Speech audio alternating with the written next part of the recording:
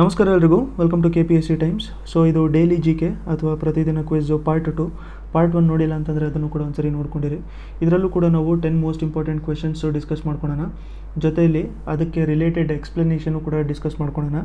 ಅದರಿಂದ ನಮಗೆ ಪ್ರಿಲಿಮ್ಸು ಮತ್ತು ಮೇನ್ಸ್ ಪರ್ಸ್ಪೆಕ್ಟಿವಿಂದ ಕಂಪ್ಲೀಟಾಗಿ ಒಂದೊಂದು ಟಾಪಿಕ್ಕು ಕೂಡ ಕವರ್ ಆಗಿರುತ್ತೆ. ಸೊ ನೀವು ಹೊಸಬರಾಗಿದ್ದರೆ ಚಾನಲ್ನ ಸಬ್ಸ್ಕ್ರೈಬ್ ಮಾಡ್ಕೊಂಡಿರಿ. So first question, Mitramela. So ಇದೊಂದು ಯೂತ್ ಆರ್ಗನೈಸೇಷನ್. ಮಿತ್ರಮೇಳ ಅನ್ನೋದೊಂದು ಯೂತ್ ಆರ್ಗನೈಸೇಷನ್ನು. ಇದರ ಫೌಂಡರ್ ಯಾರು ಅಂತ ಹೇಳ್ಬಿಟ್ಟು ಕೇಳ್ತಾ ಇದ್ದಾರೆ. ಡೈರೆಕ್ಟ್ ಕ್ವೆಶನ್ ಇದು. ಸೊ ಇದರ ಫೌಂಡರ್ ಯಾರು ಅಂತ ಕೇಳ್ತಾ ಇದ್ದಾರೆ. ಇದಕ್ಕೆ ಆನ್ಸರ್ ಬಂದ್ಬಿಟ್ಟು ನಮಗೆ VD ಸಾವರ್ಕರ್. VD ಸಾವರ್ಕರು ಇದಕ್ಕೆ ನಮಗೆ ಆನ್ಸರ್ ಆಗಿರುತ್ತೆ. ಸೊ ಈಗ VD ಸಾವರ್ಕರು ಇವ್ರ ಬಗ್ಗೆ ನಾವು ಕೆಲವೊಂದು ಇಂಪಾರ್ಟೆಂಟು ಪಾಯಿಂಟ್ಸು ನೆನ್ಪಿಟ್ಕೊಳ್ಳೇಬೇಕಾಗಿರುವಂಥದ್ದು ನೋಡ್ಕೊಳ್ಳೋಣ.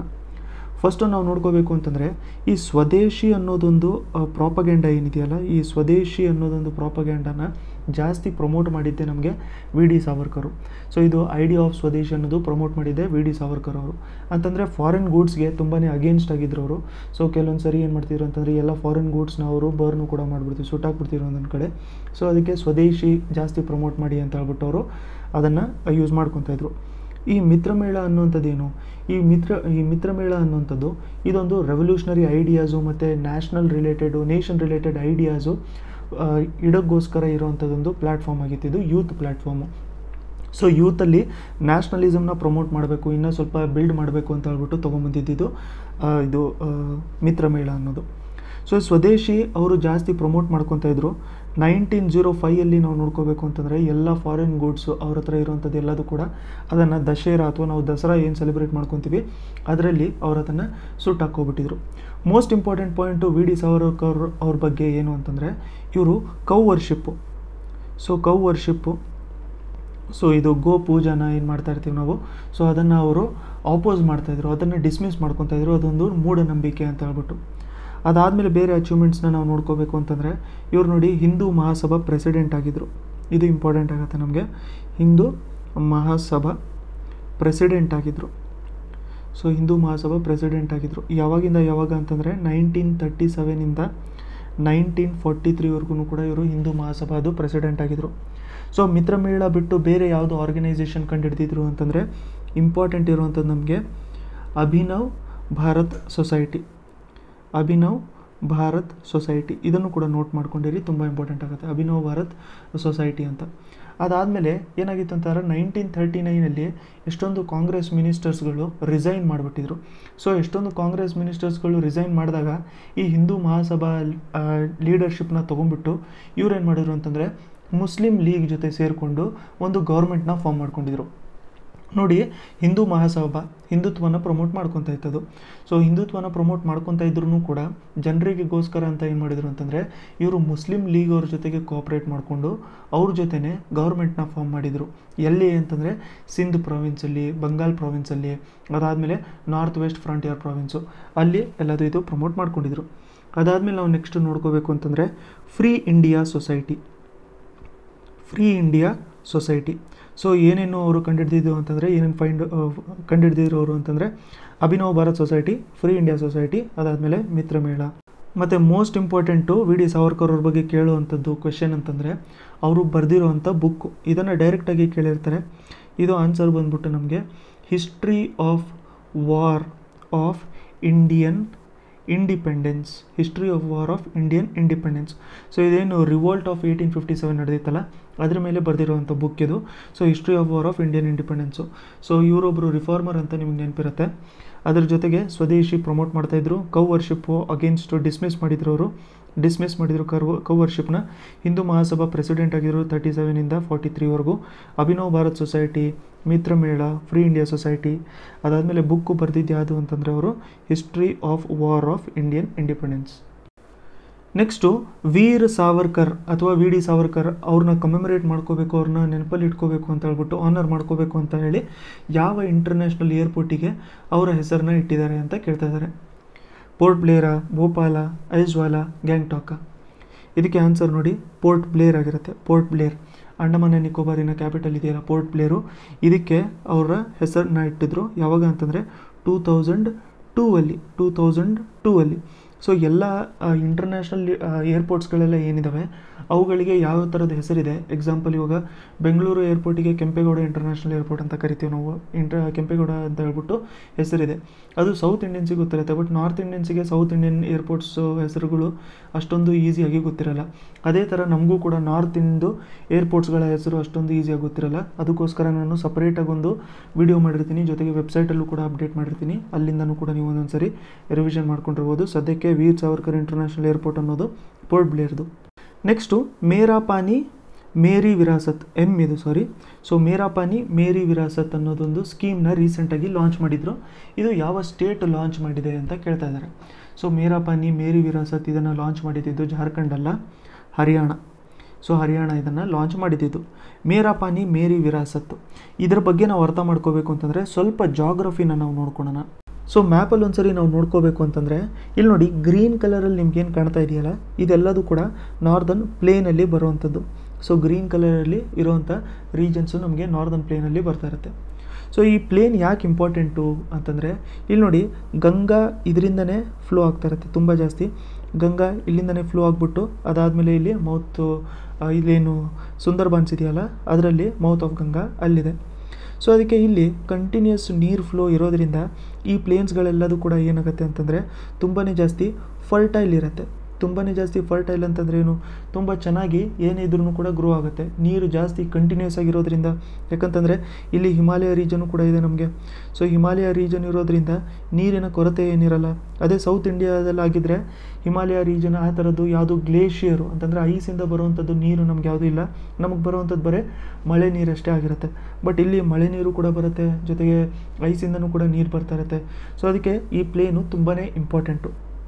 ಬಟ್ ಏನಾಗಿದೆ ಅಂತಂದರೆ ಈ ಪ್ಲೇನಲ್ಲಿ ಆಲ್ಮೋಸ್ಟ್ ಎಲ್ಲರೂ ಕೂಡ ರೈಸ್ನೇ ಗ್ರೋ ಮಾಡ್ತಾರೆ, ಅಥವಾ ಪ್ಯಾಡಿ ಕಲ್ಟಿವೇಷನ್ನೇ ತುಂಬ ಜಾಸ್ತಿ ಮಾಡ್ಕೊತಾ ಇರ್ತಾರೆ. ಈಗ ಪ್ಯಾಡಿ ಕಲ್ಟಿವೇಷನ್ ಮಾಡಿದ್ರೆ ಪ್ರಾಬ್ಲಮ್ ಏನು? ಪ್ಯಾಡಿ ಕಲ್ಟಿವೇಷನ್ ಮಾಡಿದ್ರೆ ಪ್ರಾಬ್ಲಮ್ ಏನಿಲ್ಲ. ಬಟ್ ಒಂದೇನು ಅಂತಂದರೆ ಪ್ಯಾಡಿನ ಗ್ರೋ ಮಾಡಬೇಕು, ರೈಸ್ನ ಗ್ರೋ ಮಾಡಬೇಕು ಅಂತಂದರೆ ವಾಟರು ತುಂಬ ಜಾಸ್ತಿ ಬೇಕಾಗುತ್ತೆ. ಸೊ ನಾವೇನಾದರೂ ಕ್ಲೈಮೆಟಿಕ್ ಕಂಡೀಷನ್ಸು ಯಾವುದು ಪ್ರಿಫರ್ ಮಾಡ್ತಾರೆ ರೈಸ್ ಗ್ರೋ ಮಾಡ್ಕೊಳ್ಳೋದಕ್ಕೆ ಅಂತಂದರೆ ಅಟ್ಲೀಸ್ಟು 200 ಸೆಂಟಿಮೀಟರು ಮಳೆ ಇರಲೇಬೇಕು. ಆ ಟೈಮಲ್ಲಿ ಆ್ಯನ್ಯುವಲ್ ರೈನ್ಫಾಲು 200 ಸೆಂಟಿಮೀಟರ್ಸ್ ಅಷ್ಟು ಇರಲೇಬೇಕು. ಆವಾಗಲೇ ಇದನ್ನು ಪ್ರಿಫರ್ ಮಾಡ್ಕೊತಾರೆ ಅಂತ ನಮಗೆ ಗೊತ್ತು. ಬಟ್ ಇದರಿಂದ ಏನಾಗುತ್ತೆ ಅಂತಂದರೆ ಎಲ್ಲರೂ ಕೂಡ ತುಂಬ ವರ್ಷಗಳಿಂದನೂ ಇಲ್ಲಿ ಬರೀ ರೈಸ್ನೇ ಜಾಸ್ತಿ ಗ್ರೋ ಮಾಡ್ಕೊತಾ ಇದ್ದಾರೆ. ಸೊ ರೈಸ್ನೇ ಜಾಸ್ತಿ ಗ್ರೋ ಮಾಡ್ಕೊತಿರೋದ್ರಿಂದ ಏನಾಗ್ತಿದೆ ಅಂತಂದರೆ ಅಲ್ಲಿ ಸ್ವಲ್ಪ ಸಾಯಿಲ್ಗಳದ್ದು ಓವರ್ ಯೂಸೇಜು ಆಗ್ತಾಯಿದೆ. ಸೊ ಸಾಯಿಲ್ಗಳ ಓವರ್ ಯೂಸೇಜು ಕಮ್ಮಿ ಮಾಡ್ಕೊಳ್ಳೋದಕ್ಕೋಸ್ಕರ ಇವ್ರು ಏನು ಮಾಡ್ಕೊಂಡಿದ್ದಾರೆ ಅಂತಂದರೆ ಮೇರಾ ಪಾನಿ ಮೇರಿ ವಿರಾಸತ್ ಅಂತ ಒಂದು ಸ್ಕೀಮ್ನ ಲಾಂಚ್ ಮಾಡ್ಕೊಂಡಿದ್ದಾರೆ. ಸೊ ಇದರಿಂದ ಈ ಸ್ಕೀಮಲ್ಲಿ ಏನು ಇಟ್ಕೊಂಡಿದ್ದಾರೆ ಅಂತಂದರೆ ಕ್ರಾಪ್ ಡೈವರ್ಸಿಫಿಕೇಷನ್ ಮಾಡ್ಕೋಬೇಕು ಅಂತಂದರೆ ಪ್ಯಾಡಿಗಳ ಕಲ್ಟಿವೇಷನ್ ಬದಲಾಗಿ ಬೇರೆ ಏನಾದರೂ ಕಲ್ಟಿವೇಷನ್ನ ಮಾಡ್ಕೊಂಡಿರಬೇಕು. ಬೇರೆ ಡೈವರ್ಸ್ ಕ್ರಾಪ್ಸು, ಬೇರೆ ಥರದ್ದು ಕ್ರಾಪ್ಸ್ನ ಬೆಳೆಸಬೇಕು. ಯೂಶ್ವಲಾಗಿ ಪ್ಯಾಡಿನ ಯಾವಾಗ ಗ್ರೋ ಮಾಡ್ತಾರೆ, ಯಾವಾಗ ಬೆಳೆಸ್ತಾರೆ ಅಂತಂದರೆ ಖರೀಫ್ ಸೀಸನಲ್ಲಿ. ಸೊ ಖರೀಫ್ ಸೀಸನಲ್ಲಿ ಅವರು ಬೆಳೆಸ್ತಾ ಇರ್ತಾರೆ. ಸೊ ಖರೀಫ್ ಸೀಸನಲ್ಲಿ ಪ್ಯಾಡಿನ ಬಿಟ್ಬಿಟ್ಟು ಬೇರೆ ಆಲ್ಟರ್ನೇಟಿವ್ ಕ್ರಾಪು ಏನಾದರೂ ಫಾರ್ಮರ್ಸು ಗ್ರೋ ಮಾಡಿದ್ರೆ, ರೈತರು ಅಲ್ಲಿ ಏನಾದರೂ ಬೆಳೆಸಿದ್ರೆ, ರೈಸ್ನ ಬಿಟ್ಬಿಟ್ಟು ಬೇರೆ ಏನಾದರೂ ಅಲ್ಲಿ ಬೆಳೆಸಿದ್ರೆ ಅವ್ರಿಗೆ ಇನ್ಸೆಂಟಿವ್ಸ್ ಕೊಡ್ತಾರೆ. ಎಷ್ಟು ಇನ್ಸೆಂಟಿವ್ಸ್ ಕೊಡ್ತಾರೆ ಅಂತಂದರೆ 7,000 ರೂಪಾಯಿ ಪ್ರತಿ ಎಕರೆಗೂ ಕೂಡ 7,000 ರೂಪಾಯಿ ಪ್ರೊವೈಡ್ ಮಾಡ್ಕೊತಾರೆ. ಸೊ ಅದರಲ್ಲಿ ರೀಪ್ಲೇಸ್ಮೆಂಟ್ ಯಾವುದ್ಯಾವುದು, ಆಲ್ಟರ್ನೇಟಿವ್ ಕ್ರಾಪ್ಸ್ ಯಾವುದ್ಯಾವುದು ಅಂತಂದರೆ ಎಕ್ಸಾಂಪಲ್ ನಾವು ಮೇಜ್ನ ನೋಡ್ಕೋಬೋದು, ನಾವು ಕಾಟನ್ನ ನೋಡ್ಕೋಬೋದು, ಮಿಲೆಟ್ಸ್ನ ನೋಡ್ಕೋಬೋದು. ಸೊ ಇವನ್ನೇನಾದ್ರು ಬೆಳೆಸಿದ್ರೆ ಪ್ರತಿ ಎಕರೆಗೂ 7,000 ರೂಪಾಯಿ ಅವರಿಗೆ ಇನ್ಸೆಂಟಿವ್ಸ್ ಪ್ರೊವೈಡ್ ಮಾಡ್ತಾರಂತೆ. ಸೊ ಇವೆಲ್ಲದೂ ಕೂಡ ನಾವು ಸೌತಲ್ಲಿ ತುಂಬ ಜಾಸ್ತಿ ಬೆಳೆಸ್ತಾ ಇರ್ತೀವಿ. ಯಾಕೆ ಸೌತಲ್ಲಿ ತುಂಬ ಜಾಸ್ತಿ ಬೆಳೆಸ್ತಾ ಇರ್ತೀವಿ? ಇವು ನೀರು ತುಂಬ ಕಮ್ಮಿ ತೊಗೊತವೆ. ಸೊ ಇವು ನೀರು ತುಂಬಾ ಜಾಸ್ತಿ ಕಮ್ಮಿ ತೊಗೊತಾ ಇರ್ತವೆ. ಅದಕ್ಕೋಸ್ಕರ ನಾವು ಸೌತಲ್ಲಿ ಅದನ್ನು ಬೆಳೆಸ್ತೀವಿ. ಸೊ ಅದಕ್ಕೆ ಇವರು ಕೂಡ ಹರಿಯಾಣ ರೀಜನಲ್ಲಿ ಅಕಸ್ಮಾತ್ ಇದನ್ನು ನೀಟಾಗಿ ಬಳಸ್ಕೊಂಡ್ರೆ ಅಂತಂದರೆ ನೀರನ್ನ ಉಳಿಸಿದ್ರೆ ಅವ್ರಿಗೂ ಕೂಡ ಬೆನಿಫಿಟ್ ಆಗುತ್ತೆ ಅಂತ. ಬಟ್ ಫಾರ್ಮರ್ಸ್ಗೆ ಏನು ಅನಿಸ್ತಾ ಇದೆ, ರೈತರಿಗೆ ಏನು ಅನಿಸ್ತಾ ಇದೆ ಅಂತಂದರೆ ಇದೊಂಥರ ಅವ್ರಿಗೆ ಅಗೇನ್ಸ್ಟಾಗಿ ಮಾಡಿರುವಂಥದ್ದು, ಅವ್ರಿಗೆ ಆಪೋಸಿಟಾಗಿ ಮಾಡಿರುವಂಥದ್ದು ಒಂದು ಸ್ಕೀಮು. ಇದರಿಂದ ಅಷ್ಟೊಂದೇನು ಹೆಲ್ಪ್ ಆಗಲ್ಲ. ಜೊತೆಗೆ ಕೊಡೋವಂಥ ಇನ್ಸೆಂಟಿವ್ಸು ಏನಿದೆಯಲ್ಲ ಅದು ಕೂಡ ತುಂಬ ಕಮ್ಮಿ ಇದೆ ಅಂತ ಹೇಳ್ಬಿಟ್ಟು. ಬಟ್ ಮೇನ್ ಗೌರ್ಮೆಂಟ್ ಏಮ್ ಇಟ್ಕೊಂಡಿದೆ ಅಂತಂದರೆ ಇಲ್ಲಿ ಅಟ್ಲೀಸ್ಟ್ ಒಂದು 50% ಅಷ್ಟು ಪ್ಯಾಡಿ ಗ್ರೋ ಏನು ಮಾಡ್ತಾರಲ್ಲ ಅದ್ರ ಬದಲು ನಾವು ಬೇರೆದು ಆಲ್ಟರ್ನೇಟಿವ್ ಕ್ರಾಪಿಂದ ರೀಪ್ಲೇಸ್ಮೆಂಟ್ ಮಾಡಿಕೊಂಡ್ರೆ ನೀರಿಂದು ಸ್ವಲ್ಪ ಬೆನಿಫಿಟ್ಟು ಕೂಡ ಆಗುತ್ತೆ, ಜೊತೆಗೆ ನೀರು ಕೂಡ ಉಳ್ಕೊಳ್ಳುತ್ತೆ. ಸೊ ಈಗ ನೀರು ಪ್ರೊವೈಡ್ ಮಾಡ್ಕೋಬೇಕು ಅಂತಂದರೆ ಬೇರೆ ಬೇರೆ ಎಲೆಕ್ಟ್ರಾನಿಕ್ ಡಿವೈಸಸ್ ಎಲೆಕ್ಟ್ರಿಕ್ಸ್ ಏನು ಯೂಸ್ ಮಾಡ್ಕೊತಾರೆ ಅದು ಕೂಡ ಸೇವ್ ಆಗುತ್ತೆ ಅಂತ ಹೇಳ್ಬಿಟ್ಟು ಓವರಾಲ್ ಆಗಿ ಒಂದು ಅಪ್ರೋಚ್ ಮಾಡ್ಕೊಂಡಿದ್ದಾರೆ. ಬಟ್ ಇದು ಮೇರಾ ಪಾನಿ ಮೇರಿ ವಿರಾಸತಿಗೆ ಆಪೋಸಿಟಾಗಿ ಫಾರ್ಮರ್ಸಲ್ಲಿ ಕಿಸಾನ್ ಬಚೋ ಖೇತಿ ಬಚಾವ್ ಅಂತ ಹೇಳ್ಬಿಟ್ಟು ಅವರು ಕೂಡ ಕ್ಯಾಂಪೇನು ಸ್ಟಾರ್ಟ್ ಮಾಡ್ಕೊಂಡಿದ್ದಾರೆ. ಬಟ್ ಈ ಪಾಯಿಂಟ್ಸ್ನ ನೀವು ನೆನ್ಪಿಟ್ಕೊಂಡಿರಿ, ಯಾಕೆ ನಾರ್ತಲ್ಲಿ ಇದನ್ನು ಗ್ರೋ ಮಾಡ್ಕೊತಾರೆ, ಯಾವುದಕ್ಕೋಸ್ಕರ ಆಲ್ಟರ್ನೇಟಿವ್ಸು ಗೌರ್ಮೆಂಟ್ ತೊಗೊಂಬರ್ತಾ ಇದೆ ಅಂತ ನೆನ್ಪಿಟ್ಕೊಂಡಿರಿ. ಎಕ್ಸಾಮಲ್ಲಿ ಯೂಸ್ ಮಾಡ್ಕೊಂಡಿರ್ಬೋದು ರೈಟಿಂಗಲ್ಲೆಲ್ಲ. ಸೊ ಇವಾಗ ಜಸ್ಟು ಕ್ರಾಪ್ ಡೈವರ್ಸಿಫಿಕೇಷನ್ ಅಂತ ಹೇಳ್ಬಿಟ್ಟು ನಾವು ನೋಡ್ಕೊಂಡಿದ್ವಿ. ಸೊ ಕ್ರಾಪ್ ಡೈವರ್ಸಿಫಿಕೇಷನ್ ಬಗ್ಗೆ ಇಲ್ಲಿ ಒಂದು 3-4 ಪಾಯಿಂಟ್ ಇದ್ದಾವೆ. ಅದರಲ್ಲಿ ಯಾವುದು ಕರೆಕ್ಟಾಗಿ ಇಲ್ಲ ಅಂತ ಹೇಳ್ಬಿಟ್ಟು ನೀವು ಪಾಯಿಂಟ್ ಔಟ್ ಮಾಡ್ಕೋಬೇಕು ಕ್ರಾಪ್ ಡೈವರ್ಸಿಫಿಕೇಷನ್ ಬಗ್ಗೆ. ಸೊ ಫಸ್ಟ್ ಸ್ಟೇಟ್ಮೆಂಟ್ ಏನು ಹೇಳ್ತಾ ಇದೆ, ability to respond to stress in agriculture will decrease.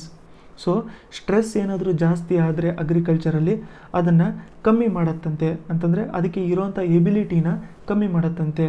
ಸ್ಟ್ರೆಸ್ಸಿಗೆ ಆಪೋಸಿಟಾಗಿ respond ಮಾಡ್ಕೊಳ್ಳೋದು ಎಬಿಲಿಟಿ ಏನಿರುತ್ತೆ ಅದನ್ನು ಕಮ್ಮಿ ಮಾಡುತ್ತೆ ಅಂತ ಹೇಳ್ತಾ ಇದ್ದಾರೆ. ಜೊತೆಗೆ ರಿಸ್ಕ್ಗಳು ಕಂಪ್ಲೀಟಾಗಿ ಕ್ರಾಪ್ಗಳ ಫೇಲ್ಯೂರು ಆಗುವಂಥದ್ದು ರಿಸ್ಕ್ ಏನಿರುತ್ತಲ್ಲ ಆ ರಿಸ್ಕ್ನು ಕೂಡ ಕಮ್ಮಿ ಮಾಡುತ್ತೆ ಅಂತ ಹೇಳ್ತಾ ಇದ್ದಾರೆ. ನೆಕ್ಸ್ಟು ಕ್ರಾಪ್ ರಿಸಿಲಿಯನ್ಸ್ ಟು ಡಿಸೀಸಸ್ ಅಂತಂದರೆ ಇವಾಗ ಏನಾದರೂ ಬೇರೆ ಬೇರೆ ಥರದ್ದು ಪೆಸ್ಟ್ಸ್ಗಳು ಬರುತ್ತೆ, ಅದಾದಮೇಲೆ ಬೇರೆ ಬೇರೆ ಥರದ್ದು ಡಿಸೀಸ್ಗಳು ಬರುತ್ತೆ, ರೋಗಗಳು ಬರ್ತವೆ ಕ್ರಾಪ್ಸ್ಗಳಿಗೆ. ಆ ಥರ ರೋಗ ಬರದೇ ಇರೋ ಥರ ಫೈಟ್ ಮಾಡ್ಕೊಳ್ಳೋದಕ್ಕೆ ಹೆಲ್ಪ್ ಮಾಡುತ್ತಂತೆ. ಅದ್ರ ಜೊತೆಗೆ ಫಾರ್ಮರ್ಸ್ಗಳ ಇನ್ಕಮ್ನ ಜಾಸ್ತಿ ಮಾಡುತ್ತೆ ಅಂತ ಹೇಳ್ಬಿಟ್ಟು ಹೇಳ್ತಾ ಇದ್ದಾರೆ ಇಲ್ಲಿ. ಸೊ ಫಾರ್ಮರ್ಸ್ ರೆವೆನ್ಯೂ ಜಾಸ್ತಿ ಮಾಡುತ್ತೆ ಅಂತ ಹೇಳ್ತಾ ಇದ್ದಾರೆ. ಕೊಟ್ಟಿರೋಂಥ ಸ್ಟೇಟ್ಮೆಂಟಲ್ಲಿ ಯಾವ ಸ್ಟೇಟ್ಮೆಂಟ್ ತಪ್ಪು ಅಂತಂದರೆ ಅದಕ್ಕೆ ಆನ್ಸರ್ ನಮಗೆ ಎ ಆಗಿರುತ್ತೆ. ನೋಡಿ, ಇದನ್ನು ಫಾಲೋ ಮಾಡ್ಕೊಳ್ಳೋದ್ರಿಂದ ಕ್ರಾಪ್ ಡೈವರ್ಸಿಫಿಕೇಷನ್ನ ಫಾಲೋ ಮಾಡ್ಕೊಳ್ಳೋದ್ರಿಂದ ಏನಾಗುತ್ತೆ ಪಾಯಿಂಟ್ಸ್ಗಳನ್ನ ನೋಡ್ಕೊಳ್ಳೋಣ. ಡೈರೆಕ್ಟಾಗಿ ನಮಗೆ ಮೇನ್ಸಲ್ಲೂ ಕೂಡ ಕೇಳ್ಬೋದು, ಜೊತೆಗೆ ಪ್ರಿಲಿಮ್ಸಲ್ಲೂ ಕೂಡ ಕಾನ್ಸೆಪ್ಟ್ ಬೇಸ್ಡ್ ಕ್ವೆಶನ್ಸಲ್ಲಿ ಇದನ್ನು ಕೇಳ್ತಾ ಇರ್ತಾರೆ. ಇದರಿಂದ ನೋಡಿ ಫಾರ್ಮರ್ಸ್ಗಳ ಇನ್ಕಮ್ಮು ಸ್ವಲ್ಪ ಎಕ್ಸ್ಟೆಂಟಲ್ಲಿ ಜಾಸ್ತಿ ಆಗುತ್ತೆ. ಫಾರ್ಮರ್ಸ್ಗಳ ಇನ್ಕಮ್ಮು ಸ್ವಲ್ಪ ಎಕ್ಸ್ಟೆಂಟಲ್ಲಿ ಜಾಸ್ತಿ ಆಗುತ್ತೆ, ಫಸ್ಟ್ ಒನ್ನು. ಇನ್ನೊಂದು ಡಿಪೆಂಡೆನ್ಸಿ ಕಮ್ಮಿ ಆಗುತ್ತೆ. ಡಿಪೆಂಡೆನ್ಸಿ ಅಂತಂದರೆ ಏನು, ಇವಾಗ ಫಾರ್ಮರ್ಸು ಏನು ಮಾಡ್ತಾ ಇರ್ತಾರೆ, ಒಂದೇ ಕ್ರಾಪ್ ಮೇಲೆ ಕಾನ್ಸಂಟ್ರೇಟ್ ಮಾಡ್ಕೊತಾ ಇರ್ತಾರೆ. ಬಟ್ ಅದೇ ಬೇರೆ ಬೇರೆ ಥರದ್ದು ಕ್ರಾಪ್ಸ್ನ ಯೂಸ್ ಮಾಡ್ಕೊತಾ ಇದ್ದರೆ ಒಂದೇ ಕ್ರಾಪ್ ಮೇಲೆ ಡಿಪೆಂಡ್ ಆಗುವಂಥದ್ದು, ಒಂದೇ ಕ್ರಾಪ್ ಮೇಲೆ ಅವರೇನು ನಂಬಿಕೆ ಇಟ್ಕೊಂಡಿರ್ತಾರೆ, ಆ ಡಿಪೆಂಡೆನ್ಸಿ ಕಮ್ಮಿ ಆಗ್ತಾ ಇರುತ್ತೆ. ಡಿಪೆಂಡೆನ್ಸಿ ಇದರಿಂದ ಕಮ್ಮಿ ಆಗುತ್ತೆ. ಅದ್ರ ಜೊತೆಗೆ ನ್ಯಾಚುರಲ್ ಬಯೋಡೈವರ್ಸಿಟಿನೂ ಕೂಡ ಜಾಸ್ತಿ ಮಾಡುತ್ತೆ. ಸೊ ನ್ಯಾಚುರಲ್ ಬಯೋಡೈವರ್ಸಿಟಿನೂ ಕೂಡ ಇದು ಜಾಸ್ತಿ ಮಾಡ್ಕೊತಾ ಇರುತ್ತೆ. ಜೊತೆಗೆ ಎಬಿಲಿಟಿ ಅಂತಂದರೆ ಇದೇನು ಬೇರೆ ಬೇರೆ ಥರದ್ದು ಸ್ಟ್ರೆಸ್ ಬರ್ತಾ ಇರುತ್ತೆ ಅಗ್ರಿಕಲ್ಚರ್ ಫೀಲ್ಡಲ್ಲಿ, ಆ ಸ್ಟ್ರೆಸ್ನ ಡೀಲ್ ಮಾಡ್ಕೊಳ್ಳೋದಕ್ಕೆ ಒಂಥರ ಸ್ಟ್ರೆಂತ್ ಕೊಟ್ಟಂಗೆ ಆಗುತ್ತೆ. ಅಂತಂದರೆ ಎಲ್ಲರೂ ಒಂದು ಮಾಡ್ತಾ ಇರ್ತಾರೆ, ಇವರು ಸ್ವಲ್ಪ ಡಿಫ್ರೆಂಟಾಗಿ ಏನಾದರೂ ಮಾಡಿಕೊಂಡು ಅಥವಾ ಇವ್ರದ್ದು ಏನಾದ್ರು ಕ್ಲಿಕ್ ಆದರೆ ಕಂಪ್ಲೀಟ್ ಸ್ಟ್ರೆಸ್ಸಲ್ಲಿ ಇವರೇನು ಇರಲ್ಲ. ಅದಾದಮೇಲೆ ನಾವು ನೋಡಿರುವಂಥದ್ದೇನು ಪೆಸ್ಟ್ ಆರ್ಗ್ಯಾನಿಸಮ್ಸು ಎನ್ವೈರ್ಮೆಂಟು ಬರೋವಂಥ ಸ್ಟ್ರೆಸ್ಗಳೆಲ್ಲದು ಕೂಡ ಫೈಟ್ ಮಾಡ್ಕೊಳ್ಳೋದಕ್ಕೆ ತುಂಬ ಹೆಲ್ಪ್ ಮಾಡ್ತಾ ಇರುತ್ತೆ. ಅದಾದಮೇಲೆ ಬೇರೆ ಬೇರೆ ಥರದ್ದು ನ್ಯಾಷನಲ್ಲು ಮತ್ತು ಇಂಟರ್ನ್ಯಾಷನಲ್ ಮಾರ್ಕೆಟ್ಸ್ಗಳಿಗೂ ಕೂಡ ಇವರು ಆಕ್ಸೆಸ್ ಮಾಡ್ಕೊಂಡಿರ್ಬೋದು. ಸೊ ಈ ಥರ ಕ್ರಾಪ್ಗಳನ್ನ ಡೈವರ್ಸಿಫೈ ಮಾಡಿಕೊಂಡ್ರೆ ತುಂಬ ಜಾಸ್ತಿ ಬೆನಿಫಿಟ್ಸ್ ಇರುತ್ತೆ ಅಂತ ಹೇಳ್ಬಿಟ್ಟು ಹೇಳ್ತಾ ಇದ್ದಾರೆ. ಸೊ ಇದರಲ್ಲಿ ability to respond to stress in agriculture will increase ಆಗುತ್ತೆ. ಸೊ ಇದು ಸ್ಟ್ರೆಸ್ನ ಫೈಟ್ ಮಾಡ್ಕೊಳ್ಳೋದಕ್ಕೆ ಕೆಪಾಸಿಟಿ ಜಾಸ್ತಿ ಆಗುತ್ತೆ, ಕಮ್ಮಿ ಆಗಲ್ಲ. ಸೊ ಅದಕ್ಕೋಸ್ಕರ ಇದರಲ್ಲಿ ಆನ್ಸರ್ ಬಂದ್ಬಿಟ್ಟು ಎ ಆಗಿದೆ. ನೆಕ್ಸ್ಟ್ ಕ್ವೆಶನ್ ನಮಗೆ ಪ್ರಧಾನಮಂತ್ರಿ ವನ್ ಧನ್ ಯೋಜನಾ. ಸೊ ಪ್ರಧಾನಮಂತ್ರಿ ವನ್ ಧನ್ ಯೋಜನಾ ಇದನ್ನು ಯಾರು ಇಂಪ್ಲಿಮೆಂಟ್ ಮಾಡ್ತಾರೆ ಅಂತ ಹೇಳ್ಬಿಟ್ಟು ಕೇಳ್ತಾ ಇದ್ದಾರೆ. ನಬಾರ್ಡಾ, RRBನ, NBFCಸ್ನ, ಟ್ರೈಫೆಡ್ಡಾ? ಸೊ ಇದಕ್ಕೆ ಆನ್ಸರ್ ನೋಡಿ ಟ್ರೈಫೆಡ್ ಆಗಿದೆ. ಸೊ ಟ್ರೈಫೆಡ್ಡು ಇದನ್ನು ಇಂಪ್ಲಿಮೆಂಟೇಷನ್ ಮಾಡ್ಕೊತಾರೆ. ಸೊ ಯಾವುದಕ್ಕೋಸ್ಕರ ಇದಿರುವಂಥದ್ದು ಸ್ಕೀಮು ಅಂತಂದರೆ ವನ್ ಧನ್ ಅಂತಂದರೆ ಫಾರೆಸ್ಟಲ್ಲಿ ಇರೋವಂಥ ರಿಸೋರ್ಸಸ್ನ ಅಲ್ಲಿ ಇರುವಂಥ ಟ್ರೈಬಲ್ಸು ಏನು ಸೇಲ್ ಮಾಡಬೇಕು ಅಂತ ನೋಡ್ಕೊತಾರಲ್ಲ ಅದನ್ನು ಪ್ರಮೋಟ್ ಮಾಡ್ಕೊಳ್ಳೋದಕ್ಕೋಸ್ಕರ ಅಂತ ಇರುವಂಥ ಸ್ಕೀಮ್ ಇದು. ಸೊ ಟ್ರೈಫೆಡ್ ಅಂತಂದರೆ ಏನಾಗುತ್ತೆ, tribal cooperative marketing development federation of India. So tribal cooperative marketing development federation of India. So TRIFED ಬಗ್ಗೆ ಒಂದು 2-3 ಪಾಯಿಂಟ್ ನೋಡ್ಕೊಳ್ಳೋಣ. ಇದ್ರ ಬಗ್ಗೆ ಮುಂಚೆನೂ ಕೂಡ ಎಕ್ಸಾಮಲ್ಲಿ ಕೇಳಿದ್ದಾರೆ, ಇವಾಗಲೂ ಕೂಡ ಕೇಳ್ತಾರೆ, ಮೇನ್ಸಲ್ಲೂ ಕೂಡ ಕೇಳಿದ್ದಾರೆ. ಇದನ್ನು ನಿಮ್ದೇನಾದ್ರು ರೂರಲ್ ಡೆವಲಪ್ಮೆಂಟ್ ಏನಾದ್ರು ಆಪ್ಷನಲ್ ತೊಗೊಂಡಿದ್ದರೆ ಆ ಟೈಮಲ್ಲಿ ಈ ಕ್ವೆಶನ್ಸು ತುಂಬ ಜಾಸ್ತಿ ಕೇಳ್ತಾರೆ. ಸೊ ಫಸ್ಟ್ ಒಂದು ನೋಡಬೇಕು ಅಂತಂದರೆ ಇದು 1987ನಲ್ಲಿ ಎಕ್ಸಿಸ್ಟೆನ್ಸಿಗೆ ಬಂದಿರುವಂಥದ್ದು. ಅಂತಂದರೆ ಇದನ್ನು ಫಾರ್ಮ್ ಮಾಡಿರೋಂಥದ್ದು 1987ನಲ್ಲಿ. ಜೊತೆಗೆ ಇದೊಂದು ನ್ಯಾಷನಲ್ ಲೆವೆಲಲ್ಲಿ ಇರೋವಂಥದ್ದೊಂದು ಏಪೆಕ್ಸ್ ಆರ್ಗನೈಸೇಷನ್. ಏಪೆಕ್ಸ್ ಅಂತಂದರೆ ಏಪೆಕ್ಸ್ ಅಂತ ನೀವೆಲ್ಲಾದರೂ ನೋಡಿಕೊಂಡ್ರೆ ಅದು ಟಾಪ್ ಮೋಸ್ಟ್ ಅಂತ ಹೇಳ್ಬಿಟ್ಟು. ಸೊ ಈಗ ಎಕ್ಸಾಂಪಲು ಏಪೆಕ್ಸ್ ಕೋರ್ಟ್ ಅಂತಂದರೆ ಯಾವುದು, ಸುಪ್ರೀಂ ಕೋರ್ಟ್ ಆಗಿರುತ್ತೆ. ಸೊ ಬೇಸಿಕ್ಕು ಏನು ಟ್ರೈಫೆಡ್ಡಿಂದ ಆಬ್ಜೆಕ್ಟಿವ್ ಅಂತಂದರೆ ಇದು ಮೈನರ್ ಫಾರೆಸ್ಟ್ ಪ್ರೊಡ್ಯೂಸ್ ಏನು ಕಲೆಕ್ಟ್ ಮಾಡ್ಕೊಂಡಿರ್ತಾರಲ್ಲ ಟ್ರೈಬ್ಸು, ಸೊ ಟ್ರೈಬಲ್ ಪೀಪಲ್ ಏನು ಕಲೆಕ್ಟ್ ಮಾಡ್ಕೊಂಡಿರ್ತಾರೆ ಫಾರೆಸ್ಟ್ ಪ್ರೊಡ್ಯೂಸು, ಅವಕ್ಕೆ ಒಳ್ಳೆ ಪ್ರೈಸಲ್ಲಿ ಅಟ್ಲೀಸ್ಟು ಸೇಲ್ ಮಾಡಿಸ್ಕೊಳೋಣ ಅಂತ ಹೇಳ್ಬಿಟ್ಟು. ಸೊ ಟ್ರೈಬಲ್ ಆಗಿರೋದ್ರಿಂದ ಯಾವ ಮಿನಿಸ್ಟ್ರಿ ಅಂಡರಲ್ಲಿ ಬರುತ್ತಿದ್ದು, ಸೊ ಇದು ಬಂದ್ಬಿಟ್ಟು ministry of tribal affairs. Ministry of tribal affairs. TRIFED ಯಾವ ಮಿನಿಸ್ಟ್ರಿ ಅಂಡರಲ್ಲಿ ಬರುತ್ತೆ ಅಂತಂದರೆ ministry of tribal affairs. Head quarters ಇದ್ರದ್ದು ಡೆಲ್ಲಿಯಲ್ಲೇ ಇದೆ. ಸೊ ಜೊತೆಗೆ ನಾವು ನೋಡ್ಕೋಬೇಕು ಅಂತಂದರೆ 13 ರೀಜ್ನಲ್ ಆಫೀಸಸ್ ಇದ್ದಾವೆ. ಬಟ್ ಆ ರೀಜ್ನಲ್ ಆಫೀಸಸ್ ಅಷ್ಟು ಡೀಟೇಲ್ಸ್ ಎಲ್ಲ ಕೇಳಲ್ಲ. Just ministry of tribal affairs. ಜೊತೆಗೆ ಮಿನಿಮಮ್ 5 ಮೈನರ್ ಫಾರೆಸ್ಟ್ ಪ್ರೊಡ್ಯೂಸ್ಗೋಸ್ಕರ ಒಂದು ಒಳ್ಳೆ ಪ್ರೈಸ್ನ ಪ್ರೊವೈಡ್ ಮಾಡೋವಂಥದ್ದು ಒಂದು ಮೇನು ಫಂಕ್ಷನ್ ಆಗಿರುತ್ತೆ. ಸೊ ಇವರೇ ಪ್ರಧಾನ ಮಂತ್ರಿ ವನ್ ಧನ್ ಯೋಜನೆನ ಇಂಪ್ಲಿಮೆಂಟ್ ಮಾಡ್ತಾ ಇದ್ದಾರೆ. ಸೊ ಇವಾಗ ನಾವು ಮೈನರ್ ಫಾರೆಸ್ಟ್ ಪ್ರೊಡ್ಯೂಸು ಅಂತ ನಾವು ನೋಡ್ಕೊಂಡಿದ್ವಿ. ಮೈನರ್ ಫಾರೆಸ್ಟ್ ಪ್ರೊಡ್ಯೂಸು ಟ್ರೈಬಲ್ಸು ಇದನ್ನು ಕಲೆಕ್ಟ್ ಮಾಡ್ಕೊತಾರೆ, ಟ್ರೈಫೆಡ್ ಅದಕ್ಕೆ ಒಳ್ಳೆ ಪ್ರೈಸ್ ಬರಬೇಕು ಅಂತ ಹೇಳ್ಬಿಟ್ಟು ನೋಡ್ಕೊತಾರೆ ಅಂತ.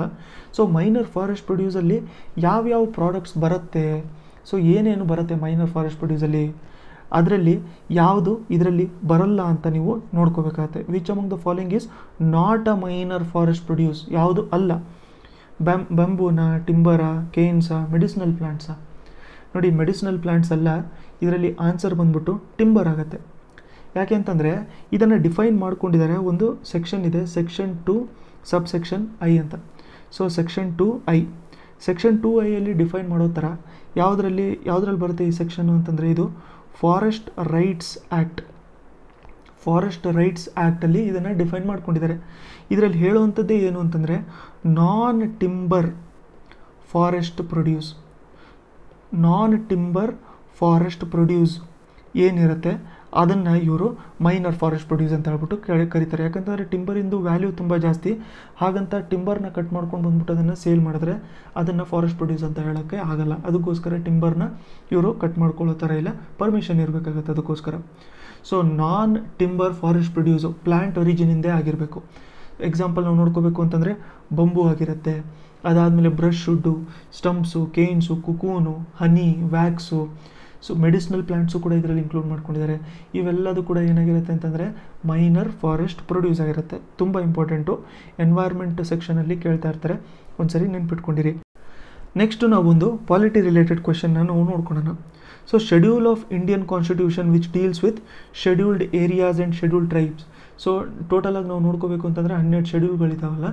ಸೊ ಈ 12 ಶೆಡ್ಯೂಲ್ಗಳಲ್ಲಿ ಯಾವ ಶೆಡ್ಯೂಲು ಶೆಡ್ಯೂಲ್ಡ್ ಏರಿಯಾಸು ಮತ್ತು ಶೆಡ್ಯೂಲ್ಡ್ ಟ್ರೈಬ್ಸ್ ಬಗ್ಗೆ ಎಕ್ಸ್ಪ್ಲೇನ್ ಮಾಡುತ್ತೆ ಅಥವಾ ಅದರ ರಿಲೇಟೆಡ್ ಇದೆ ಅಂತ ಕೇಳ್ತಾ ಇದ್ದಾರೆ. ಇದರಲ್ಲಿ 7th, 2nd, 5th, 9th answer ಬಂದ್ಬಿಟ್ಟು 5th ಶೆಡ್ಯೂಲ್ ಆಗಿರುತ್ತೆ. ಸೊ ಕಂಪ್ಲೀಟ್ ಶೆಡ್ಯೂಲ್ಸ್ಗಳ ಬಗ್ಗೆ ನಾನು ವೆಬ್ಸೈಟಲ್ಲಿ ಅಪ್ಲೋಡ್ ಮಾಡಿದ್ದೆ, ಅದರ ಲಿಂಕು ಕೂಡ ಪ್ರೊವೈಡ್ ಮಾಡಿರ್ತೀನಿ ಡಿಸ್ಕ್ರಿಪ್ಷನಲ್ಲಿ. ನೀವು ಬೇಕಾದ್ರೆ ಅಲ್ಲಿ ಕ್ಲಿಕ್ ಮಾಡ್ಕೊಂಡು ಎಲ್ಲ ಶೆಡ್ಯೂಲ್ನ ಒಂದ್ಸರಿ ರಿವಿಷನ್ ಮಾಡ್ಕೊಂಡಿರ್ಬೋದು, ತುಂಬ ಇಂಪಾರ್ಟೆಂಟ್ ಆಗಿರುತ್ತೆ. ಸೊ 5th ಶೆಡ್ಯೂಲ್ ಏನು ಮಾಡುತ್ತೆ ನಮ್ಮ ಕಾನ್ಸ್ಟಿಟ್ಯೂಷನಲ್ಲಿ ಕೊಟ್ಟಿರೋಂಥದ್ದು ಅಂತಂದರೆ ಶೆಡ್ಯೂಲ್ಡ್ ಏರಿಯಾಸು, ಶೆಡ್ಯೂಲ್ಡ್ ಟ್ರೈಬ್ಸು ಅವುಗಳ ಸ್ಟೇಟಸ್ಗಳನ್ನ ಇದು ನೋಡ್ಕೊತಾ ಇರುತ್ತೆ. ಜೊತೆಗೆ ಇನ್ನೊಂದು ಏನು ನೆನ್ಪಿಟ್ಕೊಂಡಿರಬೇಕು, 5th ಶೆಡ್ಯೂಲಲ್ಲಿ ಯಾವ್ಯಾವ ಸ್ಟೇಟ್ಸು ಬರಲ್ಲ ಅಂತ ಹೇಳ್ಬಿಟ್ಟು ನೆನ್ಪಿಟ್ಕೊಂಡಿರಬೇಕು. ಯಾವುದ್ಯಾವುದು? ಅಸ್ಸಾಂ ಬರಲ್ಲ, ಇದರಲ್ಲಿ ಮೇಘಾಲಯ ಬರಲ್ಲ, ತ್ರಿಪುರ ಬರಲ್ಲ, ಮತ್ತು ಮಿಜೋರಾಂ ಬರಲ್ಲ. ಮೇಘಾಲಯ, ಅಸ್ಸಾಮು, ತ್ರಿಪುರ ಮತ್ತು ಮಿಜೋರಾಂ 5th ಶೆಡ್ಯೂಲ್ ಅಂಡರಲ್ಲಿ ಬರಲ್ಲ. ಸೊ 5th ಶೆಡ್ಯೂಲ್ ಏರಿಯಾಸ್ ಅಂತಂದರೆ ಏನು, ಅಥವಾ 5th ಶೆಡ್ಯೂಲ್ ಇರೋದು ಯಾವುದಕ್ಕೋಸ್ಕರ? ಸೊ ಇದರಲ್ಲಿ ಏನು ಮಾಡ್ತಾರೆ ಅಂತಂದರೆ ಪ್ರತಿ ಸ್ಟೇಟ್ಗೂ ಕೂಡ ಗವರ್ನರ್ ಇರ್ತಾರಲ್ಲ. ಸೊ ಗವರ್ನರ್ ಏನು ಮಾಡ್ತಾರೆ ಅಂತಂದರೆ ಪ್ರತಿ ವರ್ಷವೂ ಕೂಡ ಅವರು ಒಂದು ಅನಾಲಿಸಿಸ್ ಮಾಡ್ಕೊತಾರೆ. ಸೊ ಶೆಡ್ಯೂಲ್ಡ್ ಏರಿಯಾಸಲ್ಲಿ ಅನಾಲಿಸಿಸ್ನ ಮಾಡ್ಕೊತಾರೆ, ಅದರ ರಿಲೇಟೆಡ್ಡು ರಿಪೋರ್ಟ್ನ ಅವರು ಪ್ರೆಸಿಡೆಂಟಿಗೆ ಕಳಿಸ್ತಾ ಇರ್ತಾರೆ. ಸೊ ರಿಪೋರ್ಟು ಯಾವ ಥರ ಅಡ್ಮಿನಿಸ್ಟ್ರೇಷನ್ ನಡೀತಾ ಇದೆ ಶೆಡ್ಯೂಲ್ಡ್ ಏರಿಯಾಸ್ದು ಸ್ಟೇಟಲ್ಲಿ ಅಂತ ಹೇಳ್ಬಿಟ್ಟು. ಸೊ ಅದಕ್ಕೆ ಯೂನಿಯನ್ ಗೌರ್ಮೆಂಟ್ ಏನು ಮಾಡ್ಕೋಬೋದು, ಯೂನಿಯನ್ ಗೌರ್ಮೆಂಟಿಗೆ ಎಕ್ಸಿಕ್ಯೂಟಿವ್ ಪವರ್ಸ್ ಇರುತ್ತೆ ಸ್ಟೇಟಿಗೆ ಪರ್ಮಿಷನ್ ಕೊಡೋದಕ್ಕೆ. ನೀವೇನಾದ್ರು ಶೆಡ್ಯೂಲ್ಡ್ ಏರಿಯಾಸ್ನ ಜಾಸ್ತಿ ಮಾಡ್ಕೋಬೇಕು, ಕಮ್ಮಿ ಮಾಡ್ಕೋಬೇಕು, ಸೊ ಹೊಸದಾಗಿ ಏನಾದ್ರು ಟ್ರೈಬ್ಸ್ನ ಮಾಡಬೇಕು, ಸೊ ಟ್ರೈಬ್ ಸ್ಟೇಟಸ್ ಕೊಡಬೇಕು, ಆ ಥರ ಏನಾದ್ರು ಮಾಡ್ಕೋಬೇಕು, ಏರಿಯಾಸ್ ಏನಾದ್ರು ಮಾಡಿಫಿಕೇಷನ್ ಮಾಡ್ಕೋಬೇಕು ಅಂತಂದರೆ ಅದನ್ನು ಯೂನಿಯನ್ ಗೌರ್ಮೆಂಟಿಗೆ ಎಕ್ಸಿಕ್ಯೂಟಿವ್ ಪವರ್ಸ್ ಇರುತ್ತೆ ಅದರಲ್ಲಿ. ಜೊತೆಗೆ 5th ಶೆಡ್ಯೂಲ್ ಅಂಡರಲ್ಲಿ ಟ್ರೈಬ್ಸ್ ಅಡ್ವೈಸರಿ ಕೌನ್ಸಿಲ್, ಇಂಪಾರ್ಟೆಂಟ್ ಇದು, ಟ್ರೈಬ್ಸ್ ಅಡ್ವೈಸರಿ ಕೌನ್ಸಿಲ್ ಇದನ್ನು ಕೂಡ ಎಸ್ಟಾಬ್ಲಿಷ್ ಮಾಡ್ಕೊಂಡಿದ್ದಾರೆ. ಟ್ರೈಬ್ಸ್ಗಳ ರಿಲೇಟೆಡ್ಡು ಅಡ್ವೈಸ್ ಮಾಡ್ಕೊಳ್ಳೋದಕ್ಕೆ ಒಂದು ಕೌನ್ಸಿಲು. ಇದು any state having schedule areas ಅಂತಂದರೆ ಶೆಡ್ಯೂಲ್ ಏರಿಯಾಸ್ ಇರುವಂಥ ಸ್ಟೇಟ್ಸು, ಶೆಡ್ಯೂಲ್ ಏರಿಯಾಸ್ ಅಂತಂದರೆ ಏನು, ಶೆಡ್ಯೂಲ್ ಟ್ರೈಬ್ಸು ಮತ್ತು ಇದು ಶೆಡ್ಯೂಲ್ ಟ್ರೈಬ್ಸ್ ಇರುವಂಥದ್ದು ರಿಸೈಡ್ ಮಾಡುವಂಥದ್ದು ಏರಿಯಾಸು, ಅದನ್ನು ನಾವು ಶೆಡ್ಯೂಲ್ ಏರಿಯಾಸ್ ಅಂತ ಹೇಳ್ಬಿಟ್ಟು ನಾವು ಇದರಲ್ಲಿ ಕರಿತೀವಿ. ಸೊ ಈ ಥರ ಶೆಡ್ಯೂಲ್ಡ್ ಏರಿಯಾಸ್ ಇದ್ದಿದ್ದರೆ ಅದನ್ನು ನೋಡ್ಕೊಳ್ಳೋದಕ್ಕೋಸ್ಕರ ನಮಗೆ ಅದರ ರಿಲೇಟೆಡ್ ಅಡ್ವೈಸ್ ಮಾಡ್ಕೊಳ್ಳೋದಕ್ಕೆ ಟ್ರೈಬ್ಸ್ ಅಡ್ವೈಸರಿ ಕೌನ್ಸಿಲ್ನು ಕೂಡ ಅದರಲ್ಲಿ ಸ್ಟಾರ್ಟ್ ಮಾಡ್ಕೊಂಡಿರಬೇಕು ಅಂತ ಹೇಳ್ಬಿಟ್ಟು ಹೇಳ್ತಾ ಇರುತ್ತೆ. ಸೊ ಇದರ ಫಂಕ್ಷನ್ ಏನಾಗಿರುತ್ತೆ, ಇದೇನು ಮಾಡುತ್ತೆ, ಅಡ್ವೈಸರಿ ಕೌನ್ಸಿಲ್ ಅಲ್ಲ. ಸೊ ಅದಕ್ಕೋಸ್ಕರ ಇದೇನು ಮಾಡುತ್ತೆ, ಅಡ್ವೈಸೇ ಪ್ರೊವೈಡ್ ಮಾಡ್ಕೊತಾ ಇರುತ್ತೆ. ಅವರು ವೆಲ್ಫೇರ್ ಯಾವ ಥರ ಮಾಡ್ಕೋಬೇಕು, advancement schedule tribes related advancement ಯಾವ ಥರ ಇರಬೇಕು ಸ್ಟೇಟ್ಸಲ್ಲಿ, ಇವೆಲ್ಲದೂ ಕೂಡ ಅವರು ಗವರ್ನರ್ಗೆ ಹೇಳ್ತಾ ಇರ್ತಾರೆ. ಸೊ ರೀಸೆಂಟಾಗಿ ಕೆಲವೊಂದು ಚೇಂಜಸ್ನ ಮಾಡ್ಕೊಂಡಿದ್ರು ಮಹಾರಾಷ್ಟ್ರದಲ್ಲಿ, ಆ ಟೈಮಲ್ಲಿ ಇದು ನ್ಯೂಸಲ್ಲಿತ್ತು, ಅದಕ್ಕೆ ನೆನ್ಪಿಟ್ಕೊಂಡಿರಿ, ತುಂಬ ಇಂಪಾರ್ಟೆಂಟು. 5th ಶೆಡ್ಯೂಲ್ ಅಂತಂದರೆ ನಮಗೆ ಶೆಡ್ಯೂಲ್ ಏರಿಯಾಸು ಮತ್ತು ಶೆಡ್ಯೂಲ್ ಟ್ರೈಬ್ಸು ಬರುತ್ತೆ. ಶೆಡ್ಯೂಲ್ ಏರಿಯಾಸು ಮತ್ತು ಶೆಡ್ಯೂಲ್ ಟ್ರೈಬ್ಸ್ ಬರುತ್ತೆ, ನೆನ್ಪಿಟ್ಕೊಂಡಿರಿ. ನೆಕ್ಸ್ಟು ರಿಷಿಕೇಶ್ ಮತ್ತು ಧರಾಸು ರೋಡ್ ಮಧ್ಯದಲ್ಲಿ ಒಂದು ಟನಲ್ನ ರೀಸೆಂಟಾಗಿ ಇನಾಗ್ರೇಟ್ ಮಾಡ್ಕೊಂಡಿದ್ದಾರೆ. ಆ ಟನಲಿನ ಹೆಸರೇನು ಅಂತ ಕೇಳ್ತಾ ಇದ್ದಾರೆ. ಪೀರ್ ಪಂಜಲ ಅಥವಾ ಕರ್ಬುದೇನ ಅಥವಾ ನತುವಾಡಿನ ಅಥವಾ ಚಾರ್ಧಾಮ್ ಟನಲ. ಇದಕ್ಕೆ ಆನ್ಸರ್ ಬಂದ್ಬಿಟ್ಟು ಚಾರ್ಧಾಮ್ ಟನಲ್ ಅಂತ. ಇಂಪಾರ್ಟೆಂಟ್ ಇದು, ಚಾರ್ಧಾಮ್ ಟನಲ್. ನೋಡಿ, ಟನಲ್ಗಳ ಬಗ್ಗೆ ನೀವು ಕನ್ಫ್ಯೂಸ್ ಆಗ್ತಾ ಇರ್ತೀರ ಕೆಲವೊಂದು ಸರಿ, ಯಾವ್ಯಾವ ಟನಲ್ನ ನೋಡ್ಕೋಬೇಕು, ಎಷ್ಟೊಂದು ಇನಾಗ್ರೇಟ್ ಮಾಡ್ಕೊಂಡಿದ್ದಾರೆ ಅಂತ. ಸೊ ನೋಡಿ, ಟನಲ್ ಅಂತ ಹೇಳಿ ಬಂದ ತಕ್ಷಣ ನಮಗೆ ಜಮ್ಮು ಆ್ಯಂಡ್ ಕಾಶ್ಮೀರ್ ರೀಜನಲ್ಲಿ ಯಾವುದಾದ್ರೂ ಟನಲ್ಸು ಹೊಸದಾಗಿ ಸ್ಟಾರ್ಟ್ ಮಾಡ್ಕೊಂಡಿದ್ರೆ, ರೋಡ್ಸ್ನ ಹೊಸದಾಗಿ ಸ್ಟಾರ್ಟ್ ಮಾಡ್ಕೊಂಡಿದ್ರೆ ಅವು ಇಂಪಾರ್ಟೆಂಟ್ ಆಗುತ್ತೆ. ಯಾಕೆ ಇಂಪಾರ್ಟೆಂಟ್ ಆಗುತ್ತೆ, ಯಾಕೆ ಅಂತಂದರೆ ಅಲ್ಲಿ ಬಾರ್ಡರ್ಸ್ ಇದೆ, ನಮಗೆ ಪಾಕಿಸ್ತಾನ ಜೊತೆನೂ ಕೂಡ ಇದೆ, ಚೈನಾ ಜೊತೆನೂ ಕೂಡ ಇದೆ. ಅದಾದಮೇಲೆ ನಾರ್ತ್ ಈಸ್ಟಲ್ಲಿ ಏನಾದ್ರು ಟನಲ್ಸ್ಗಳನ್ನ ಸ್ಟಾರ್ಟ್ ಮಾಡಿಕೊಂಡ್ರೆ, ಎಸ್ಪೆಷಲಿ ಅಸ್ಸಾಮು ಮತ್ತು ಅರುಣಾಚಲ್ ಪ್ರದೇಶ್ ಇದರಲ್ಲಿ ಏನಾದ್ರು ಸ್ಟಾರ್ಟ್ ಮಾಡ್ಕೊಂಡಿದ್ರೆ ಅದು ಕೂಡ ಇಂಪಾರ್ಟೆಂಟ್ ಆಗುತ್ತೆ. ಯಾಕಂತಂದರೆ ಅರುಣಾಚಲ್ ಪ್ರದೇಶ್ ಮೇಲೆ ಕ್ಲೇಮ್ಸ್ಗಳು ಚೈನಾ ಇವಾಗಲೇ ಇಟ್ಕೊಂಡಿದೆ. ಸೊ ಯಾವುದೇ ಥರದ್ದು ಡೆವಲಪ್ಮೆಂಟ್ಸು ನಾವು ಇಲ್ಲಿ ಅರುಣಾಚಲ್ ಪ್ರದೇಶಲ್ಲಿ ಮಾಡ್ಕೊಂಡಿದ್ರೆ ಅದಕ್ಕೆ ಅಪೋಸ್ ಮಾಡ್ತಾ ಇರುತ್ತೆ ಚೈನಾ. ಸೊ ಅದಕ್ಕೆ ಇದು ನಮಗೆ ಇಂಪಾರ್ಟೆಂಟ್ ಆಗುತ್ತೆ. ಇಂಟರ್ನ್ಯಾಷನಲ್ ರಿಲೇಷನ್ಸ್ ಪಾಯಿಂಟ್ ಆಫ್ ವ್ಯೂಯಿಂದ ತೊಗೊಂಡ್ರೂ ಕೂಡ, ಜೊತೆಗೆ ಇಂಡಿಯಾದಲ್ಲೂ ಕೂಡ ತುಂಬ ಇಂಪಾರ್ಟೆಂಟ್ ಆಗಿರುತ್ತೆ. ಇದು ಸ್ಟ್ರಾಟಜಿಕ್ ಪಾಯಿಂಟ್ ಆಫ್ ವ್ಯೂಯಿಂದ ಇದು ಭಾರಿ ಇಂಪಾರ್ಟೆಂಟ್, ಅದಕ್ಕೋಸ್ಕರ ಇದನ್ನು ನೋಡ್ಕೊಂಡಿರಿ. ಸೊ ಓಕೆ, ಈಗ ಚಾರ್ಧಾಮ್ ಟನಲ್ಗೆ ಬರೋಣ. ಇದ್ರ ಬಗ್ಗೆ ಸ್ಪೆಸಿಫಿಕ್ ಡೀಟೇಲ್ಸ್ ನಾವು ನೋಡ್ಕೋಬೇಕು ಅಂತಂದರೆ 440 ಮೀಟರ್ ಇರೋವಂಥ ಒಂದು ಟನಲ್ ಇದು. ಯಾರು ಕನ್ಸ್ಟ್ರಕ್ಷನ್ ಮಾಡ್ಕೊಂಡಿರೋವಂಥದ್ದು ಅಂತಂದರೆ BRO ಅಂತಂದರೆ ಏನು, BRO ಅಂತಂದರೆ ಬಾರ್ಡರ್ ರೋಡ್ಸ್ ಆರ್ಗನೈಸೇಷನ್. ಸೊ ಬಾರ್ಡರಲ್ಲಿ ರೋಡ್ ಮಾಡೋವಂಥ ಆರ್ಗನೈಸೇಷನ್ ಯೂಶಲಿ BRO ಮಾಡ್ತಾ ಇರುತ್ತೆ. BRO ಬರೀ ಇಂಡಿಯಾದಲ್ಲಷ್ಟೇ ಕನ್ಸ್ಟ್ರಕ್ಷನ್ ಮಾಡುತ್ತಾರೆ ರೋಡು? ಇಲ್ಲ, ಅದು ಬೇರೆ ಕಂಟ್ರೀಸಲ್ಲೂ ಕೂಡ ಬೇಕಂತಂದರೆ ಕನ್ಸ್ಟ್ರಕ್ಷನ್ನು ಮಾಡ್ಕೊಳುತ್ತೆ. ಸೊ ಇದೇನು ಮಾಡುತ್ತೆ ಅಂತಂದರೆ, ಚಾಂಬಾ ಟೌನು ಅಂತ ಏನಿದೆ ಉತ್ತರಾಖಂಡಲ್ಲಿ, ಅಲ್ಲಿ ಕನೆಕ್ಟಿವಿಟಿ ಮಾಡ್ಕೊಳ್ಳೋದಕ್ಕೋಸ್ಕರ ರಿಷಿಕೇಶ್ ಮತ್ತು ಧರಾಸು ರೋಡ್ ನ್ಯಾಷನಲ್ ಹೈವೇಯಲ್ಲಿ ಇದೊಂದು ಕನೆಕ್ಟಿವಿಟಿ ಪ್ರೊವೈಡ್ ಮಾಡ್ಕೊಳ್ಳೋದಕ್ಕೋಸ್ಕರ ಚಾರ್ಧಾಮ್ ಟನಲ್ನ ಇವಾಗ ಸ್ಟಾರ್ಟು ಮಾಡ್ಕೊಂಡಿದ್ದಾರೆ. ಸೊ ಇದರಿಂದ ಏನಾಗುತ್ತೆ ಅಂತಂದರೆ ಗಂಗೋತ್ರಿ, ಕೇದಾರ್ನಾಥ್, ಯಮುನೋತ್ರಿ, ಬದ್ರಿನಾಥ್ ಇವುಗಳಿಗೆಲ್ಲದೂ ಕೂಡ ಕನೆಕ್ಟಿವಿಟಿ ಬೂಸ್ಟ್ ಆಗ್ತಾ ಇರುತ್ತೆ. ಸೊ ಅದಕ್ಕೆ ಒಂದು ಕನೆಕ್ಟಿವಿಟಿ ಜಾಸ್ತಿ ಮಾಡ್ಕೋಬೇಕು, ಅಲ್ಲಿ ಚಾರ್ಧಾಮ್ ಯಾತ್ರಾ ತುಂಬ ಜಾಸ್ತಿ ಆಗುತ್ತೆ ಅಂತ ಹೇಳ್ಬಿಟ್ಟು ಇಂಪ್ರೂವ್ ಮಾಡ್ಕೊಳ್ಳೋದಕ್ಕೋಸ್ಕರ ಅಂತ ಸ್ಟಾರ್ಟ್ ಮಾಡಿರೋಂಥದ್ದು ಇದು ಚಾರ್ಧಾಮ್ ಟನಲ್. ನೆಕ್ಸ್ಟ್ ಕ್ವೆಶನ್ ನಮಗೆ geography related. So where is pearl river? So ಎಲ್ಲಿದೆ pearl river? Australia, Italy, Zambia, China. Answer ಬಂದ್ಬಿಟ್ಟು ಚೈನಾ ಆಗಿರುತ್ತಿದ್ದು. ಇದನ್ನು ಒಂದ್ಸರಿ ನಾವು ಮ್ಯಾಪಲ್ಲಿ ನೋಡ್ಕೊಳ್ಳೋಣ, ಇನ್ನೂ ಹೆಲ್ಪು ಆಗ್ತಾ ಇರುತ್ತೆ ನಮಗೆ. ಸೊ ಇದರಲ್ಲಿ ತುಂಬ ಇಂಪಾರ್ಟೆಂಟ್ ಆಗಿರುವಂಥ ರಿವರ್ಸ್ ಇದ್ದಾವೆ. ಇಂಡಿಯಾದಲ್ಲಂತೂ ನಮಗೆ ಗಂಗಾ ಗೊತ್ತು. ಅದಾದಮೇಲೆ ಬೇರೆ ನಾವು ನೋಡ್ಕೋಬೇಕು ಅಂತಂದರೆ ಈ ಕಡೆ ರೀಜನಿಂದ ನಮಗೆ ಇಂಡಸ್ ಹರಿಯುತ್ತೆ, ಹಾಗೂ ನಮಗೆ ಈ ಕಡೆ ರೀಜನಿಂದ ಈ ಕಡೆಯಿಂದ ಬಂದ್ಬಿಟ್ಟು ಇಲ್ಲಿ ನಮಗೆ ಬ್ರಹ್ಮಪುತ್ರ ಕೂಡ ಹರಿತಾ ಇರುತ್ತೆ. ಅದರ ಜೊತೆಗೆ ಚೈನಾದಲ್ಲಿ ಇರುವಂಥ ರಿವರ್ಸು ಕೂಡ ತುಂಬ ಇಂಪಾರ್ಟೆಂಟ್ ಆಗಿರುತ್ತೆ. ಅದರಲ್ಲಿ ಒಂದು ಯಾವುದು ಅಂತಂದರೆ pearl river. So pearl river, so Wuhan ರೀಜನು ಕೂಡ ಇದರ ಹತ್ರನೇ ಇದೆ. ಸೊ ಇಲ್ಲಿ ನಿಯರ್ಲಿ ಈ ರೀಜನಲ್ಲೇ ಏನು ಬರುತ್ತದು ವುಹಾನ್ ರೀಜನು ಕೂಡ. ಸೊ ಇದು ಪರ್ಲ್ ರಿವರ್ ಬಂದ್ಬಿಟ್ಟು ಚೈನಾ ಸೌತಲ್ಲಿ ಇರುವಂಥದ್ದು.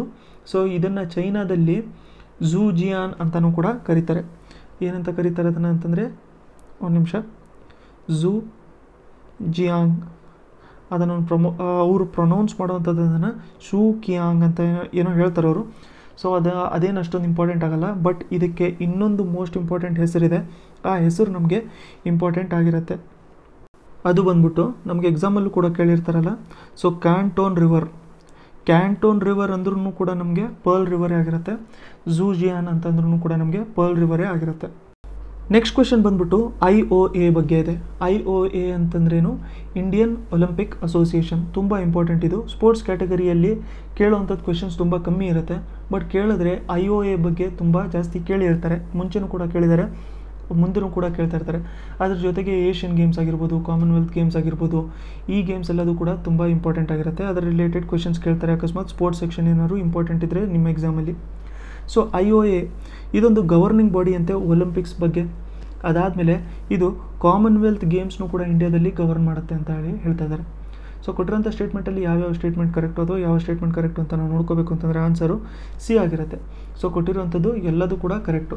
ಇದೊಂದು affiliated member. International Olympic committee ಇದೆಯಲ್ಲ IOC ಅಂತ, ಅದರದೊಂದು ಅಫಿಲಿಯೇಟೆಡ್ ಮೆಂಬರು. ಜೊತೆಗೆ ಕಾಮನ್ವೆಲ್ತ್ ಗೇಮ್ ಫೆಡರೇಷನಿಂದು ಕೂಡ affiliate member, Olympic council of ಏಷ್ಯಾದು ಕೂಡ ಅಫಿಲಿಯೇಟ್ ಮೆಂಬರ್ ಆಗಿರುತ್ತೆ. ಇದು ಯಾವ ಮಿನಿಸ್ಟ್ರಿ ಅಂಡರಲ್ಲಿ ಬರುತ್ತೆ ಅಂತಂದರೆ ministry of youth affairs and sports ಅಂಡರಲ್ಲಿ ಇದು ಬರುತ್ತೆ. ಸೊ 10 ಕ್ವೆಶನ್ಸ್ ನಾವು ಡಿಸ್ಕಸ್ ಮಾಡ್ಕೊಂಡಿದ್ದೀವಿ. ನಿಮ್ಗೆ ಏನಾದ್ರು ಸಪೋರ್ಟ್ ಮಾಡ್ಕೋಬೇಕು ಅಂತಂದರೆ ಕಂಪ್ಲೀಟ್ಲಿ ವಾಲಂಟರಿ ಕಾಂಟ್ರಿಬ್ಯೂಷನ್ ಆಗಿರುತ್ತೆ. ಸೊ ಡಿಸ್ಕ್ರಿಪ್ಷನಲ್ಲಿ ಲಿಂಕ್ ಇದೆ, ನೀವೇನಾದ್ರು ಬೇಕಂತಂದರೆ ಅಲ್ಲಿಂದ ಸಪೋರ್ಟ್ ಮಾಡ್ಕೊಂಡಿರ್ಬೋದು. ನೀವೇನಾದ್ರು ಸಪೋರ್ಟ್ ಮಾಡ್ಕೊಳ್ಳಿಲ್ಲ ಅಂತಂದ್ರೂ ಕೂಡ ಪರವಾಗಿಲ್ಲ, ಹೊಸಬರಾಗಿದ್ದರೆ ಚಾನಲ್ನ ಸಬ್ಸ್ಕ್ರೈಬ್ ಅಟ್ಲೀಸ್ಟ್ ಮಾಡ್ಕೊಂಡಿರಿ. ಸೊ ನೀವು ಇಲ್ಲಿವರೆಗೂ ವೀಡಿಯೋನ ಕಂಪ್ಲೀಟಾಗಿ ನೋಡ್ಕೊಂಡಿದ್ದೀರಾ ಅಂತಂದರೆ ಟಾಪ್ 10 ಅಂತ ನೀವು ಕಮೆಂಟ್ ಸೆಕ್ಷನಲ್ಲಿ ಕಮೆಂಟ್ ಮಾಡಿರಿ, ಅಂತಂದರೆ ನೀವು ಕಂಪ್ಲೀಟ್ ವೀಡಿಯೋ ನೋಡ್ಕೊಂಡಿದ್ದೀರಾ ಅಂತ ನಂಗೆ ಗೊತ್ತಾಗುತ್ತೆ. ನೆಕ್ಸ್ಟ್ ವೀಡಿಯೋಲ್ಲಿ ಮತ್ತೆ ಸಿಗೋಣ.